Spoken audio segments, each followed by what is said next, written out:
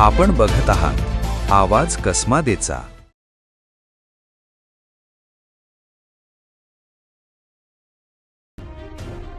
नाशिक शहरातील हिरावाडी परिसरातील समृद्धी ज्वेलर्स दुकानावर काही दिवसांपूर्वी झालेल्या बेछूट गोळीबार आणि दरोड्याचा प्रयत्न प्रकरणी नाशिक गुन्हे शाखेला मोठं यश मिळालं। पंजाबमधून 2 सराईत संशयितांना ताब्यात घेण्यात आलं असून यातील एक संशयित एअर डिफेन्समध्ये पायलट म्हणून कार्यरत असल्याची धक्कादायक माहिती समोर आली आहे। 15 मे रोजी रात्री सुमारे 9 वाजेच्या सुमारास समृद्धी ज्वेलर्स दुकानावर गोळीबार करत दरोड्याचा प्रयत्न करण्यात आला होता। ही संपूर्ण घटना दुकानातील सीसीटीव्ही कॅमेऱ्यात कैद झाली होती। या घटनेनंतर पंचवटी पोलीस ठाण्यात गुन्हा दाखल करण्यात आला होता। घटनेचा तपास करताना नाशिक गुन्हे शाखेने तब्बल 500हून अधिक सीसीटीव्ही फुटेजची तपासणी केली। तसेच तांत्रिक विश्लेषणाच्या आधारे संशयित पंजाबमध्ये असल्याची माहिती पोलिसांना मिळाली।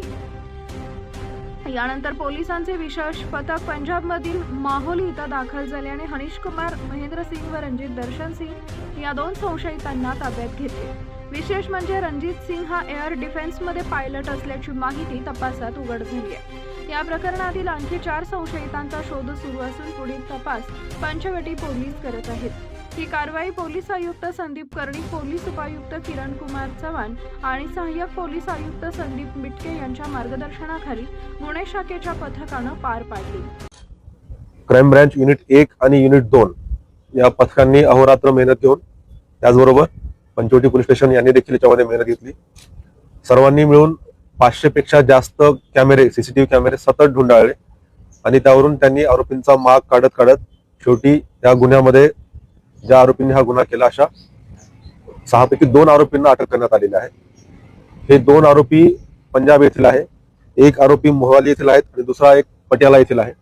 दोनही आरोपी जे ताब्यात घेतलेत, अटक केले ते रेकॉर्डवरचे सराईत गुन्हेगार आहेत। त्यांनी वारंवार असे गुन्हे केलेले आहेत आणि विशेष म्हणजे कुठल्याही प्रकारचा सुगावा नसताना हा गुन्हा उघडकीस आणलेला आहे। आरोपींची ओळख 2010 मध्ये जेलमध्ये, अंबाला जेलमध्ये झाली होती।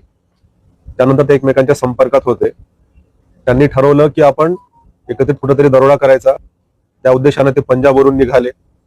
पंजाबवरून निघतानाच त्यांनी त्याच वेळेस त्यांचे मोबाईल बंद केले पोलिसांना लक्षात येऊ नये म्हणून, आणि ते सुरुवातीला मुंबईला आले। मुंबईला येऊन त्यांनी परत नाशिक गाठलं।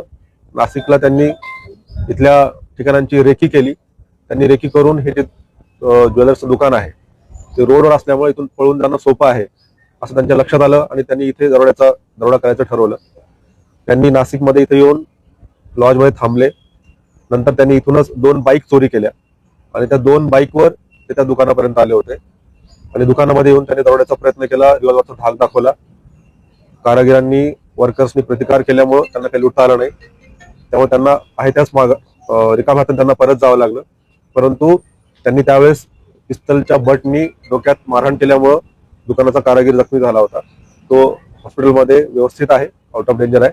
परंतु कुठलाही सुगावा नसताना देखील, आरोपींकडे मोबाईल नसताना देखील फक्त तांत्रिक कौशल्य, अहोरात्र मेहनत घेऊन 500 पेक्षा जास्त सीसीटीव्ही 2 दिवसामध्ये बघून आरोपींचा माग काढून मुख्य 2 आरोपींना अटक केलेली आहे। तर आरोपींचा शोध सुरू आहे।